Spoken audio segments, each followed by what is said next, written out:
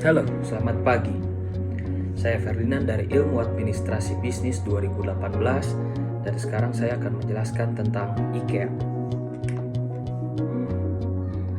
Apa itu IKEA? IKEA adalah sebuah singkatan yang memiliki kepanjangan yaitu Infat, Kampart, Elimtart, dan Agunart. Asal muasal nama ini yaitu dua kata.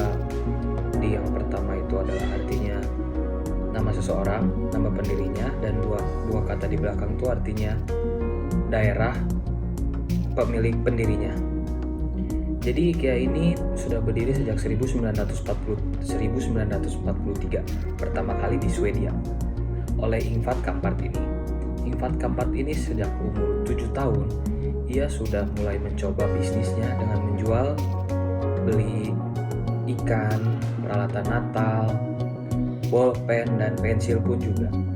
Maka dari itu sampai dari tahun 43 sampai saat ini IKEA Ingvar ini sudah memiliki keahlian tersendiri seiring berjalannya waktu.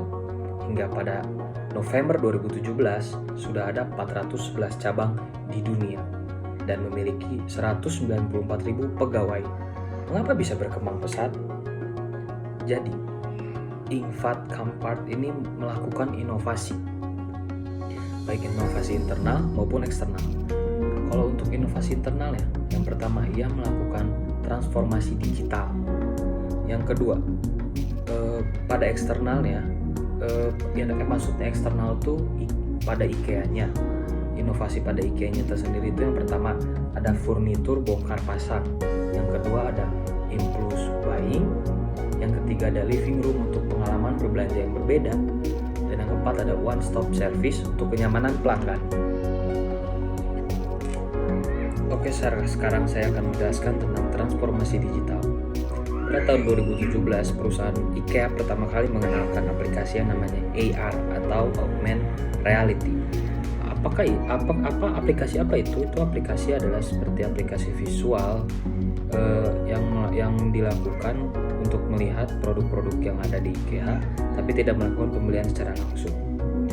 Pada tahun 2019, IKEA meluncurkan aplikasi AR di mana konsumennya bisa langsung membeli. Jadi setelah udah coba aplikasi fitur AR itu, konsumen bisa langsung membeli produknya secara online dan atau melalui secara web. Oke, sekarang 2022 IKEA ini sudah melakukan kerjasama dengan Inka Group, di mana itu Inka Group itu adalah perusahaan holding yang mengelola 380 gerai IKEA di 30 negara. Melakukan kerjasama seperti apa? Ya, melakukan investasi supaya nanti IKEA kedepannya bisa menggunakan teknologi 3D dan AL.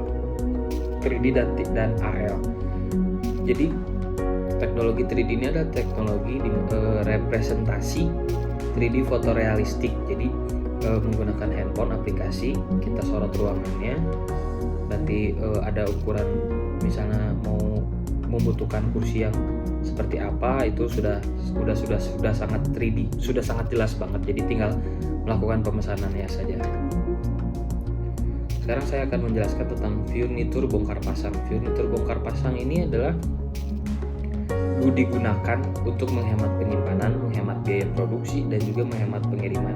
Jadi nggak mungkin kan beli meja tapi langsung dalam keadaan meja utuh gitu. Jadi nggak dipasang. Itu kan benar-benar kayak menghabisin tempat dan biayanya juga bakalan lebih mahal.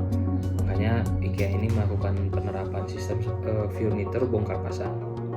Yang kedua ada impulse buying. Impulse buying ini tuh jadi di mana IKEA melakukan inovasi yang digunakan untuk konsumen, di mana membuat konsumen ini melakukan pembelian barang yang bukan tujuan utamanya gitu. Jadi IKEA itu bikin tempatnya tuh seperti labirin. Jadi misalnya dari satu titik ke titik yang lain ini tuh tujuannya di ujung, tapi dia dari sini ke sana tuh jadi dia bisa saja membeli misalnya buat hiasan meja, tanaman hias gitu. Jadi bisa aja di luar yang tujuan utamanya dia bisa beli di situ gitu. Yang ketiga ada living room. Kenapa dibikinin living room ini? Biar IKEA ini bikin untuk konsumen biar bisa melihat produknya secara langsung, bisa menyentuhnya, seperti kayak pegang bahannya seperti apa, dan bisa langsung coba aja di tempat. Yang keempat ada one stop service. One stop service ini tuh di mana IKEA bikin agar konsumen ini bisa berbelanja sudah nyaman dan juga ada tempat makan yang nyaman di lokasi yang sama.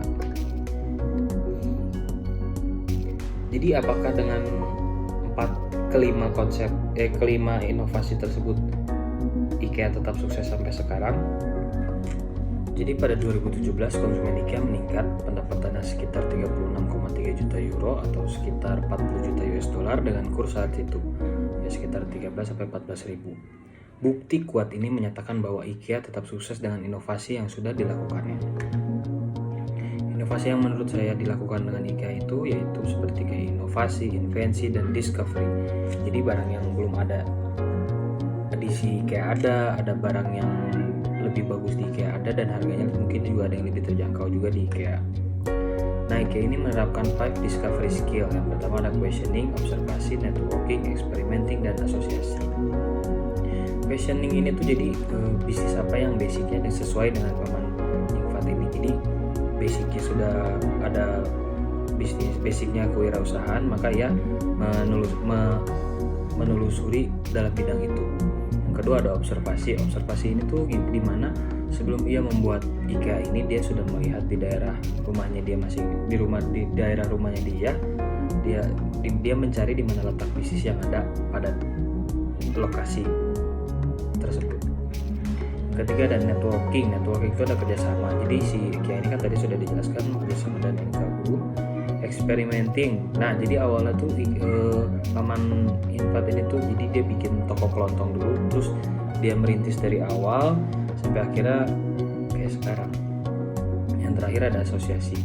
Ya, ini sama seperti networking, kayak melakukan koneksi gitu, kerjasama dengan perusahaan lainnya yang bisa sama-sama saling menguntungkan. Kalau menurut saya inovasi selanjutnya yang bisa menjadi berkelanjutan bisnisnya IKEA ini yaitu di mana perusahaan retail furniture ini dijadikan menjadi semi mall, di mana ada bioskop, ada tempat baju, ada tempat bermain anak, ada tempat jadikan tempat wisata lah, seperti wisata keluarga gitu. Jadi tidak hanya yang berbelanja tetapi juga ada yang bisa hanya untuk bermain ke sana. Ya, sekian dari saya. Mohon maaf bila ada kesalahan kata. Terima